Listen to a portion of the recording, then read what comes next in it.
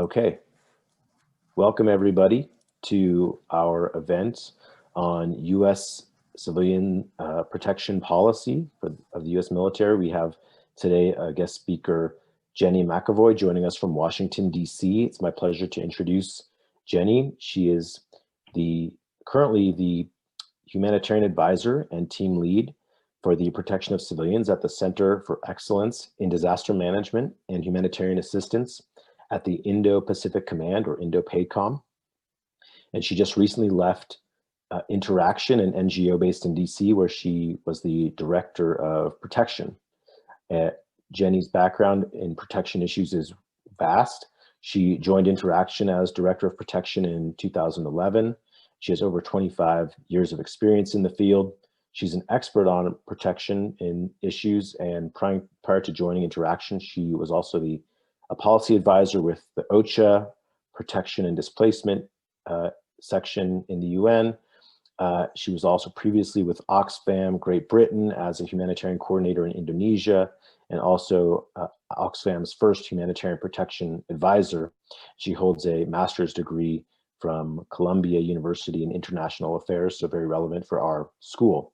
So Jenny, welcome to the event. We're so happy to have you. I know you've been accompanying our civilian protection practicum class throughout the quarter, and this is just a great chance for us to go a little more in depth on some of the important work you've been doing in recent years. And just in brief, today Jenny's going to talk to us about the key role that she played as an advocate for reforming some of the protection of civilians policies in the U.S. military and Department of Defense. And I think this is such an important topic.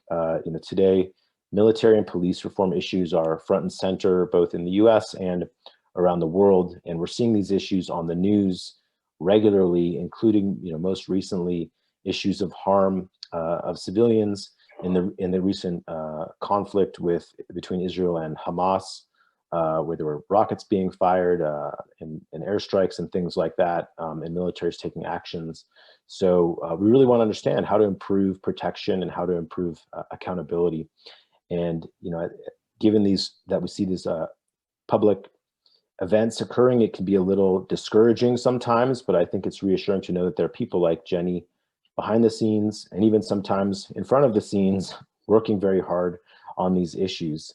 So we are really looking forward to your remarks. Jenny, before I turn it over to you, I just want to give a thank you to our staff, Anna Metropoulos, who's here at the Institute for Comparative and Regional Studies at the Corbell School supporting the event, as well as to DT Institute, which has provided some support for the event as well. So Jenny, with that, it's great to have you. I'm going to turn it over to you, and then after your remarks, we'll have a brief question and answer session. So thanks so much for being with us, and welcome. Thank you, Oliver, and thank you to you and Anna and your colleagues for creating this opportunity for me to speak with you today on the issue I care about the most, which is the protection of civilians in armed conflict. I should emphasize before I start that that these are my personal views. I'm not representing anyone today. I'm not representing Interaction or the Center of Excellence at Indo-PACOM. And I do welcome this opportunity because it gives me a way to process and reflect on some recent experience and to think about how what we've learned in the US policy context might be relevant and useful to others. So what I thought I would talk about today is start by providing the general context for the problem, and speak a little bit about where new momentum came from to influence US policy and practice on the protection of civilians, what we did as an NGO community and what we learned from that process, and what we might expect to see going forward. Finally, I am very interested to hear the perspectives of those attending today. So I hope that I won't drone on, and we'll have some time for discussion. So first of all, in terms of context, I suspect everyone here is acutely aware of the scale and the type of civilian harm that is resulting from contemporary armed conflict. But just to contextualize our discussion today against a global landscape, we're looking at an estimated 80 million people who have either fled conflict or are living in areas of conflict. As highlighted in the recent Secretary General's report to the Security Council, armed conflict continues to be characterized by high levels of civilian death, injury, sexual violence, torture, destruction of property and infrastructure. We had a new data set come out recently that showed that over a 10-year span, when explosive weapons are used in populated areas, 9 out of 10 of the casualties are civilians. And with a concentration of armed conflict in urban areas, particularly in the Middle East, explosive weapons have led to the devastation of cities and has been a major contributor to displacement. Displacement itself is one of the most dangerous and debilitating consequences of conflict for civilians, exposing them to further risk.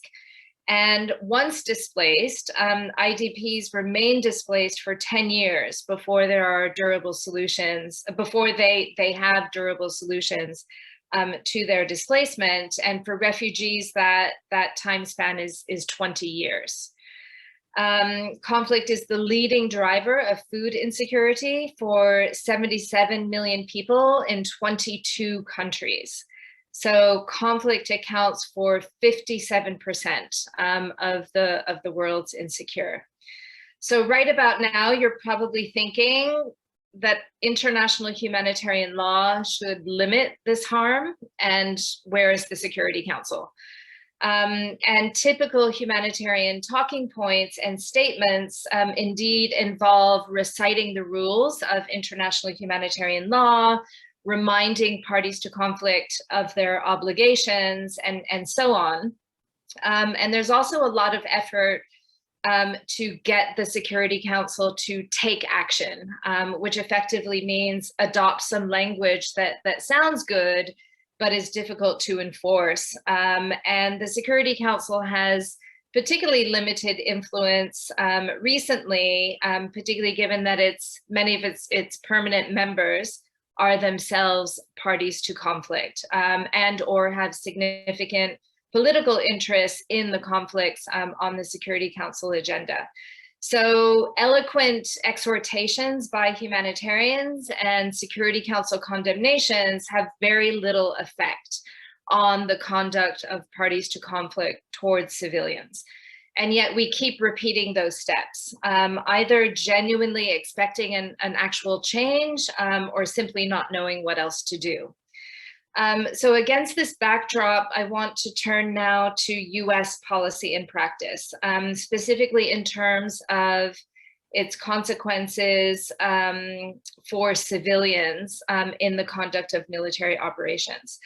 First, just to say that how the US behaves matters quite a lot. It's the largest, most powerful military in the world. Overall, it has the largest military footprint globally, and it influences what other states see as the boundaries of what is acceptable or what they can get away with. The paralysis and the inability of the Security Council to effectuate enhanced compliance with IHL also underscores the importance of bringing IHL home to the national policymaking process. And in the US, we often hear of the steadfast US commitment to limit civilian casualties in its military operations, and about the extraordinary amount of effort that goes into avoiding civilian harm. And over the years, I've developed a deeper appreciation for the extent to which this is true. A lot of effort does go into thinking about avoiding civilian casualties in military planning, in targeting processes, and so on. However, we have not been seeing great outcomes for civilians in relation to US operations. Just as an illustrative example, the US-led coalition operations against ISIS in the city of Raqqa in northeast Syria is indicative of the kind of scenarios that may be encountered in the future. A densely populated urban center captured and controlled by the enemy force, whereby the counter-ISIS campaign entailed heavy reliance on airstrikes in conjunction with the ground operations of a non-state partner force, and the military operations to dislodge ISIS from Iraq, to dislodge ISIS from Raqqa, had enormous impact on the civilian population, which continues to this day. And as a result of US and coalition air and artillery strikes during the period of June to October 2017, an estimated 1,600 people were killed.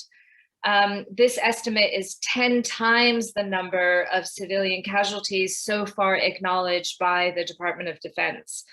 Approximately 70% of the city was utterly flattened, and virtually the entire population of Raqqa city and surrounding areas were displaced from their homes.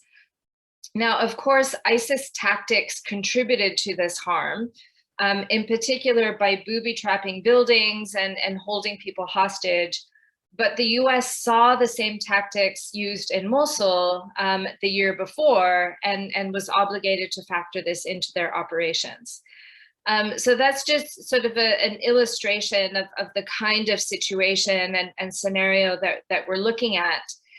And, you know, looking at how to address these in the US policy context, when I first arrived in DC 10 years ago, it was incredibly challenging to try to discuss these issues in the US policy context. The discourse I found in the US has traditionally focused on mass atrocity situations, i.e. harm perpetrated by somebody else, and the US role to help prevent mass atrocity perpetrated by somebody else. And it's a big lift to get the US to turn the lens on itself and examine its own contribution to civilian harm in its military operations. So there have been a few different catalysts leading to more concerted effort and attention to the protection of civilians in US policy. We don't have time to go into all of them now. But in particular, starting in around 2016, 2017, we saw heightened attention from Congress to the loss of life and damage to civilian objects associated with US military operations, whereby Congress sought to include in its annual National Defense Authorization Act requirements on DoD, which they've since developed year by year. For example, Congress required the Department of Defense to provide a global annual report on all civilian casualties associated with US military operations. It also required the Secretary of Defense, together with the Secretary of State, to put together a plan to strengthen the capabilities of US security partners to better protect civilians. Then, in the fiscal year 2019 NDAA, Congress required DoD to do two things. One, to appoint a senior level civilian, quote unquote, civilian casualty coordinator, and two, to develop a department-wide policy on civilian casualties. And it was noted in this NDAA provision that this policy development process should involve consultation with NGOs. So the DoD Policy Office approached Interaction, where I was working at the time, about arranging this consultation with the NGO community. And for the past few years, Interaction has been coordinating humanitarian and human rights organizations to input into this DoD drafting process.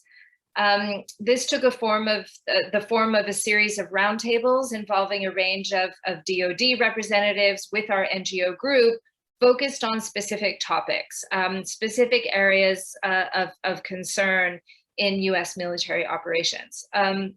Overall, we had 11 engagements over an 18-month period covering a range of topics. Following each roundtable, we provided detailed recommendations, and now these have been published as a package of recommendations, which you can find on the Interaction website under the title Civil Society Guidance for a Model Policy. Currently, the new DoD policy is in its final stages, but it's not yet available outside of DoD, and it's expected to be released in the coming months. From the NGO perspective, through this dialogue, we think we've reached a deeper level of understanding of the internal processes and considerations that affect the efficacy of efforts to minimize and respond to civilian harm. So I want to share with you a little bit about what we learned. First, the process of dialogue enabled us to hear in more detail than we'd ever had before DoD's internal narrative, i.e. the story that they tell themselves about civilian harm resulting from their operations. And I think there's 7 or 8, standard lines that we heard from them in response to concerns that we've raised. The first is, war is bad, and it's inevitable that some civilians will be killed. The second narrative is, IHL is already baked into doctrine, operational plans, and ROEs, or rules of engagement. And DoD lawyers have made sure that it's there so that the frontline operators don't have to think about it. The third narrative is around precision munitions. And a lot of effort has gone into the development of these weapon systems, which are so precise that we are waging the most precise war in history. The fourth narrative, or the fourth response, whenever we've raised concerns about civilian harm, is those weren't civilians, i.e. those are combatants, they were targetable. The fifth response is, okay, maybe they were civilians, but we weren't there and that wasn't us, so we didn't kill them. In response to recommendations we offer to better avoid harm, the typical response is, we already do this. And when we point out that it looks like there are some weaknesses or gaps in ongoing practices, they say, well, we have superior situational awareness, and our methodology for tracking civilian casualties is rigorous. In other words, NGO data is wrong and your methods are not credible. Finally, the argument of last resort is, but ISIS is evil, as if that justifies taking the gloves off and using all means and all force to defeat ISIS, regardless of the civilian cost. So this is the context of the dialogue in which we were trying to make progress on the conduct of US operations. And in the course of unpacking the issues, we learned a lot about what practices more specifically were contributing to civilian harm. The first is misidentification of targets. And this is something that is a documented weakness in DoD's own studies and lessons learned reports, but there is still a reluctance to acknowledge the degree to which this contributes to the current scale of civilian harm that we're seeing. Secondly, the US does not yet systematically track and assess harm. And as a result, there is a lack of data feeding into operational decision-making and target selection. This means also that there's a lack of timely detection and a lack of corrective measures when targets are being misidentified. It also means that there is substantial undercounting of civilian casualties overall, year after year. And while DoD reporting has become more transparent as a result of the congressional requirements I mentioned, the figures it's reporting are not credible, begging questions about their internal processes and methods. Thirdly, there is a very sharp contrast between civilian harm resulting from planned strikes and dynamic strikes. Planned strikes are pre-planned, whereas dynamic strikes involve targets that are identified once a battle is already in motion. Most civilian harm results from dynamic strikes rather than planned strikes. And in recent battles, dynamic strikes accounted for up to 90% of all strikes. Fourthly, there's a tendency to examine the issues around individual civilian casualty incidents, isolated from broader trends, and neglecting other forms of civilian harm, including destruction of property, infrastructure, indirect effects such as displacement, breakdowns in public services, and so on. There's also low receptivity to external information on civilian harm. So for example, if local civil society organizations, international NGOs, or UN entities approach a US military command with information on civilian harm, the tendency is to hold those actors at arm's length. And yet, a few years ago, Chairman Dunford commissioned an internal DoD study on civilian casualties, and in that study found that 58% of all confirmed and acknowledged cases of civilian casualties originated from external reports. So in fact, DoD is dependent on that external information to build a more accurate picture. And yet, you know, there's still low receptivity and holding these actors at arm's length. This low receptivity to external actors also means that survivors have nowhere to go to seek answers and acknowledge the harm that they've suffered. So there's a lot of good practice that DoD has developed over the years, but unfortunately little effort to sustain, replicate, or systematize its own good practice. And one of the best known examples of US good practice emerged in Afghanistan in around the year 2008, when General McChrystal used an analysis of civilian harm data to identify trends for the circumstances under which the US was causing harm, and then issued a tactical directive to address these trends. And this led to a very significant reduction in civilian casualties that the US was causing in Afghanistan. But the US failed to sustain that practice in Afghanistan and failed to replicate it and transfer it over to other operational commands. So for example, when the counter-ISIS operation started in the Middle East, it took them a long time to establish comparable efforts, and they effectively had to build the plane while flying. Finally, DoD has well-established processes to integrate learning into its operations and undertake after-action reviews and so on. But these capacities have not been widely and purposefully utilized to understand how the US contributes to civilian harm and how this might better be mitigated.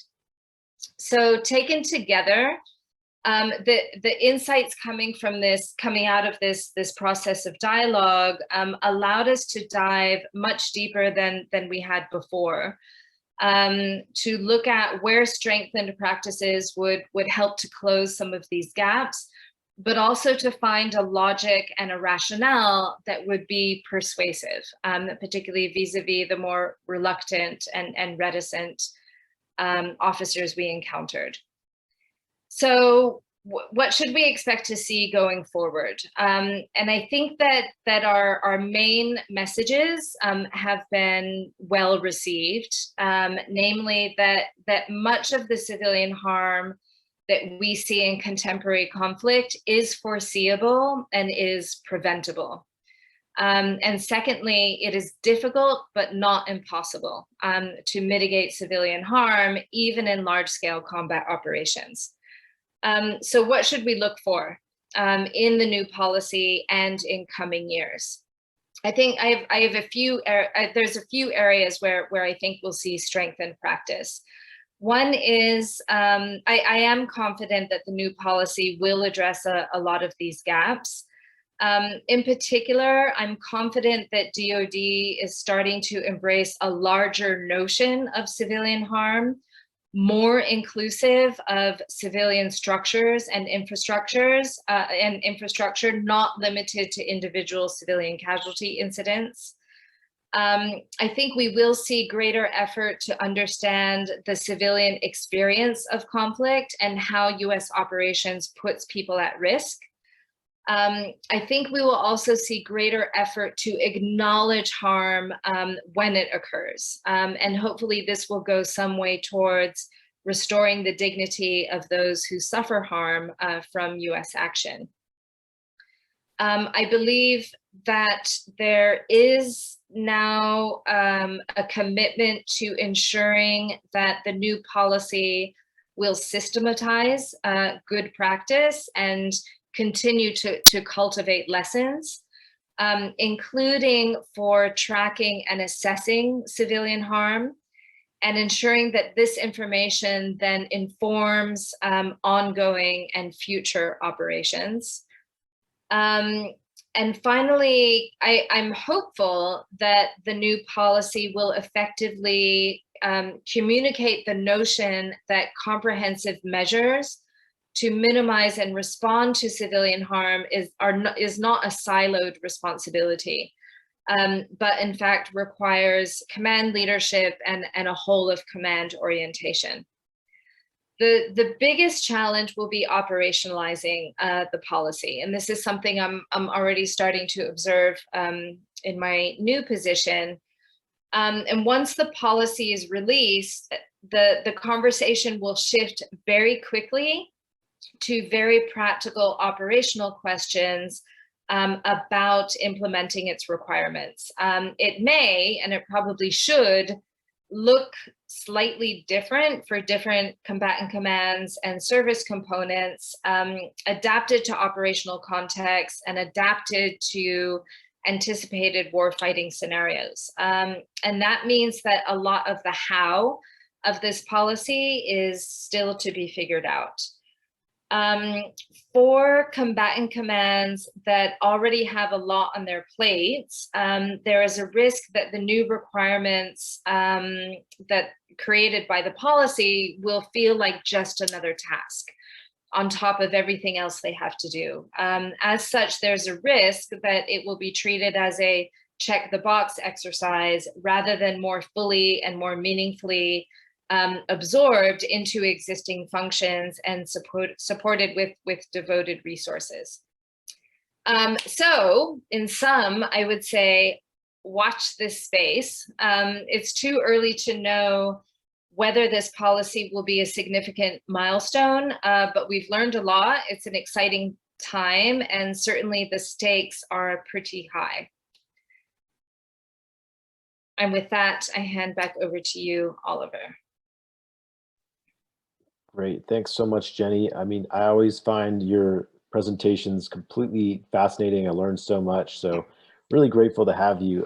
And I think, you know, you made a number of key points that I think we don't always appreciate or notice, maybe because we don't have the same kind of insight that you have. But I think one of the things you mentioned is that, you know, despite a lot of the images we see in the news, that I think it is true that the U.S. military as a bureaucracy does have a lot of procedures and effort in place to avoid casualties. You know, things like the laws of war, LOAC, IHL, those kinds of procedures. But that, of course, there's much more to do. And I think you know, your remarks of about the advocacy process and trying to get these new ideas taken up is very inspiring, and I think it provides a lot of hope that you know, people can make positive changes. But of course, there's still more to do in the process. So I thought before maybe we turn it over to any audience members who would like to ask questions, I could throw a few questions at you. And one of the first ones that I'll throw your way is, you know, just in thinking about, you know, all the effort that you put in with these dialogues, sessions with the U.S. military, do you think this kind of advocacy approach or dialogue discussion could be productively used in other countries to help them reform their procedures and improve their treatment of civilians? Are there any obstacles or any kind of key policies that, you know, every, you know, U.S. partner military should be using? So I think a couple of things. One, there are already some initiatives in other countries to try to stimulate a dialogue around these issues, and to urge the development of national protection of civilians policy. And you know, it really has been pushed by NGOs. And there's a couple of NGOs in particular who are really at the forefront of this. The Center for Civilians in Conflict is one, particularly in Afghanistan and Ukraine. Another, in addition, there's a group of NGOs working together in the United Kingdom, also trying to stimulate a comparable dialogue, and similarly in the Netherlands, to a smaller extent also in Nigeria. And I think that, I mean, I would never say that you should, you know, you can copy and paste from context to context. Every context is different. Even for a policy process, I think it's important to resist the urge to copy and paste. And instead really try to allow a policy dialogue to be rooted in the actual issues that are being experienced. I think the idea that is transferable across country contexts, however, is the notion of dialogue.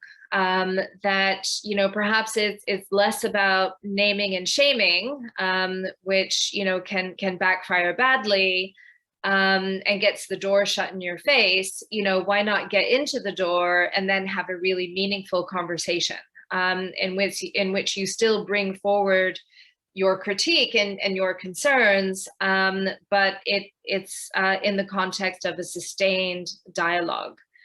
That I think that notion is replicable. I think the other thing that is replicable is recognizing that it's not enough to just recite the law. And in fact, the biggest gap that I would say is true probably in every country context is a failure to look at what it takes to fulfill the law, and to look in much greater detail at military operations which exercise restraint, which, you know, put in place, you know, measures of precaution and so on. What does that actually look like? And it's not enough just to say, oh yeah, we exercise precaution. You know, what does it look like to sort of infuse those notions right across the cycle of military planning, of targeting process, you know, commanders setting the tone whereby civilian life will be respected and protected, and so on. Yeah, there's certainly a lot of layers in terms of transferring these lessons. One of the other questions I had for you, maybe you can just sort of reemphasize this, but what I also found very interesting was that it sounded like the DoD approached you and your organization, which doesn't always happen. Usually, I feel like as advocates, we're maybe or researchers, we're kind of knocking on the door, trying to get in the door, and they open the door for you. Yeah. Is there anything else you can say? I mean, I know you had these dialogues Mm. sessions, for example, but is there anything you can say about how you advocated or your approach of compiling evidence or information or policy ideas and then kind of trying to get uptake? Yeah. So in terms of, I mean, the organizations involved in this process dialogue are very experienced, well-known humanitarian and human rights organizations, um, who come to the table already with a deep and detailed understanding of the issues, and had at least a notional idea of the kinds of recommendations that we wanted to be able to pursue, or in fact, we were building on issues around which they had already been advocating for years. So it was more, it wasn't a question of starting from scratch to build up an evidence base, but rather to utilize the unique perspectives and expertise of this combination of organizations and put heads together to really think it through. So for example, as it relates to civilian objects, so property, public services, infrastructure, and so on, what are the issues that we're seeing, information, coming from those individual NGOs, looking at what the law says, looking for examples of good practice, and then, trying to look at, how it currently works inside US military planning and operations, and, figure out where the gaps were. So the way the process worked was we would draft notional recommendations, go into a roundtable discussion with DoD counterparts, whereby they would critique and discuss the recommendations we put in front of them. Based on that, we would go ahead and go away and revise and edit those recommendations, and then submit them as a final package. So that roundtable session became sort of a testing, from a DoD perspective. Does this make sense? Are you already doing this? What more could you do? What if you did this instead? And that proved to be a really valuable way to vet the ideas that we were throwing out there. So a bit of like a consensus building moment or kind of reality check before you made a final. Yeah, I wouldn't say it was consensus building, because they didn't always like the recommendations that we ended up submitting, but we knew from the discussions what was viable and what was not. So Jenny, that actually brings me to a third and final question I'd like to put to you, and I think it's a bit more of a complicated issue, as opposed to solely just dialoguing, but the notion that there are some maybe challenges about getting these ideas adopted, that they won't like everything you propose.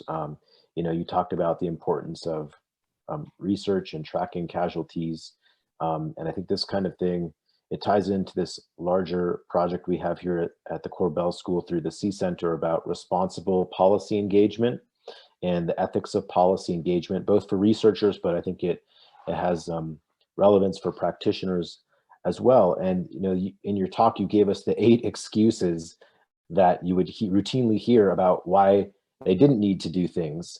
And so that made me think that, well, maybe in some cases they would receive your recommendations, but not necessarily follow through with them the way you might expect, or they may not implement them the way that you would hope so, after compiling recommendations and information for them. And so are you worried that they may not take your recommendations the way that you hope you will? Were there ways that you could sort of manage this process or work to ensure that they did take up your recommendations, ensure good follow through? And maybe the way I would phrase it finally is like, is there advice for a successor person who's taken over this advocacy role, what could they, what should they do to keep this process going? Yeah. I mean, first of all, that was a lot of questions. So I think the challenges of sort of getting them to take it up, I mean, probably the biggest challenge was that they are not able to share the draft policy with NGOs, right? So it's NGOs have been throwing darts in the dark for over 2 years now. And like, okay, we think it's hitting the target. We're just going to keep throwing and throwing and throwing the darts. And so that makes it incredibly difficult to learn from experience, to say, oh, we tried that last time, it didn't quite work. This time we're going to tweak it a little bit and better hit the target. That it makes it incredibly difficult to not have the transparency of, here's the text that we're working with. So that's one challenge. I will say, however, that over time, I think the sort of mutual respect and trust evolved out of this process to the point where our DoD counterparts would sometimes come back to us and ask questions. What did you mean by X? Do you mean that the US military should X, Y, and Z? And just, seek clarification. They would also come back and ask for more roundtables. Like, okay, we're done with all these topics. Can we have one on this? We haven't talked about that yet. So we took that as an indication of, okay, so I guess it's helpful. I guess they're taking on board, or at least, being able to make use of, the recommendations that we're giving them. The other indication we had of positive traction that sort of encouraged us to just keep going with what we were doing is they would say things like, yeah, your recommendations really helped me know what questions to ask internally. And I think the thing that we became more mindful of over time is that there were multiple processes of dialogue taking place simultaneously. So there was the DoD dialogue with NGOs, but they had their own negotiation around this. The policy people negotiating with the legal people, with the operators, with the combatant commands, and so on. And, everyone, with their unique perspective and concerns about where this policy was going. And what we heard back from our policy counterparts was us sort of putting these recommendations and certain language on the table helped them to facilitate that internal conversation. So, and in that sense, as people say, sometimes the process is as important as the policy itself. And I think it's to some extent true in this scenario. I don't know if that answered all of your questions, but hopefully they were. Yeah, that was a lot. I mean, that last comment, it makes me think about some of the research I've done where civilian communities are advocating to armed groups, and those discussions are also generating conversations within the armed groups about what they should do. And so I think it's kind of a very similar model of kind of this outside influence changing the nature of the debate. So, well, I could probably ask you many more questions. I'm sure we will have time for that later, but why don't we open it up to the audience if there are any questions? So if you want to do the raise hand function, you could also put something in the chat.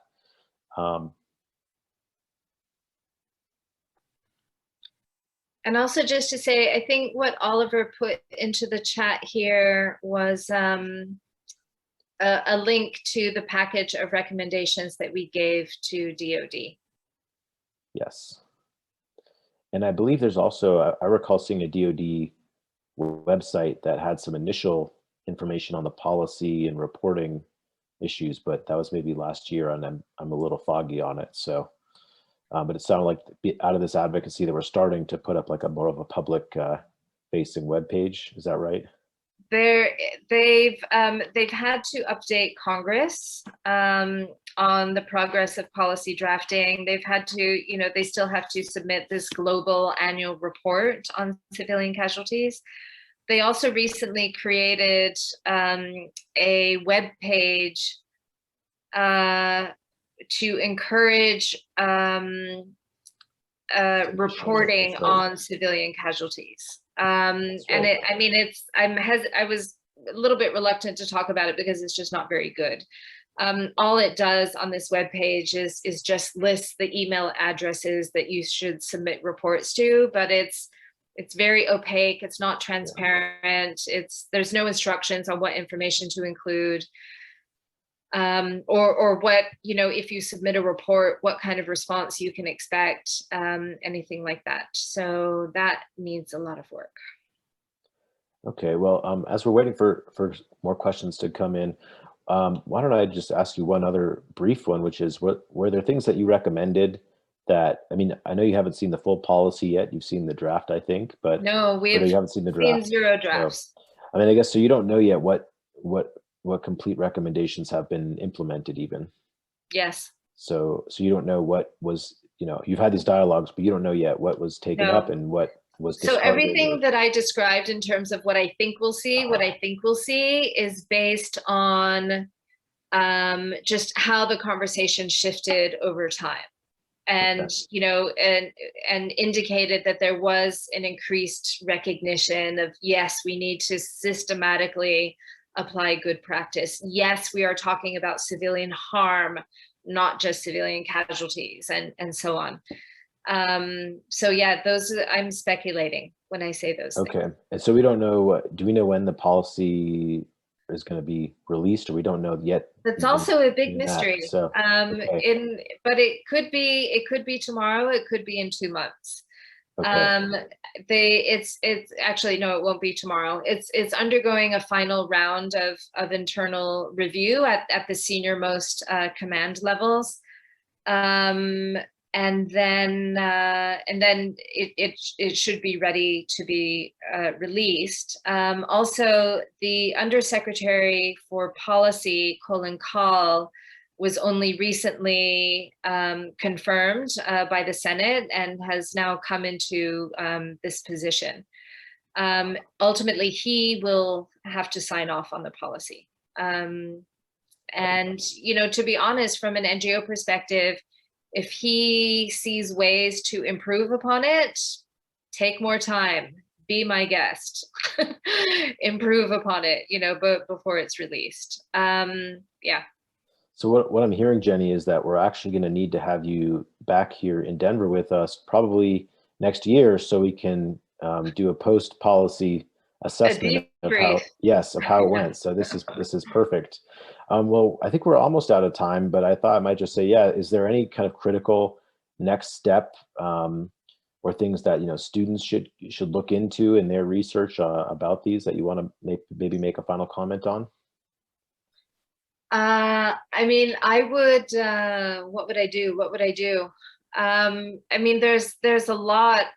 Well, I would look at the policy when it comes out, and I would keep in mind that the scope of the policy should be quite broad, looking at measures to avoid and minimize harm before it happens. And then there's certain steps that involve what you do when harm does happen. There's plenty of fodder there for researchers in the future. There's plenty to dive into. One thing in particular that I think DoD is going to struggle with is how to expand its analytical lens to be more population-centric, to understand the civilian perspective in armed conflict. So if you're studying with Oliver, that's probably the lens that you're being encouraged to take, and good opportunity to dive into those issues. Great. Well, Jenny, I think we're probably at about time, and this was just so insightful for us. Thank you so much for taking the time and for being with us all quarter in this journey.